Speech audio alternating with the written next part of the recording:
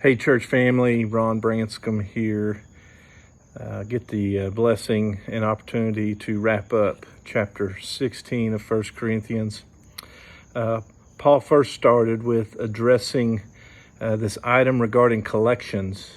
So obviously he's answering a question that had been posed from the church in Corinth. And Paul gives specific directions of setting aside one's funds from their income and have it ready so when those that they choose to take the funds to Paul or the handlers to be distributed to the church in Jerusalem, that it be ready to go, not that they have to go seeking and searching.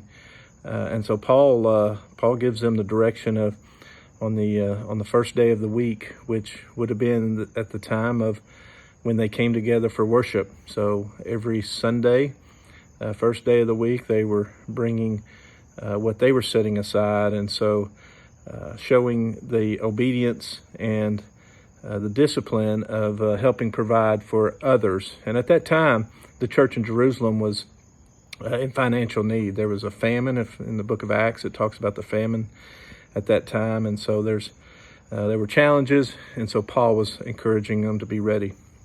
There's some other things that Paul addressed in the remainder of this letter to the church of Corinth.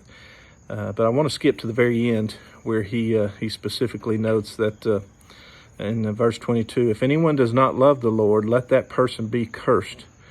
Come, Lord. The grace of the Lord Jesus be with you. That verse there, when Paul is referencing come, Lord, that should be our heart and our excitement as Christ followers. We should be looking forward to the day that Jesus will return, and I would encourage you to have that heart of come, Lord. And final wrap up of the book of 1 Corinthians. There's obviously a lot of challenges within the church of Corinth, a lot of trouble, and Paul lovingly and forcefully confronted their problems and pointed them back to Christ. He dealt with divisions, with conflicts, selfishness, inconsiderate use of freedoms, disorder in worship, misuse of spiritual gifts, and wrong attitudes about the resurrection that was addressed in chapter 15. And in every church, there are enough problems to create tensions and divisions.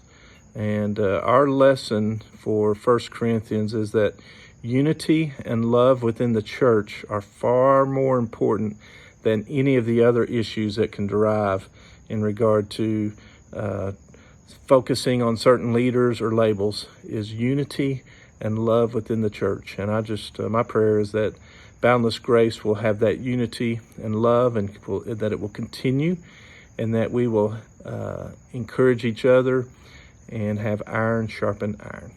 God bless. Have a great day. And hope to see you soon, God willing.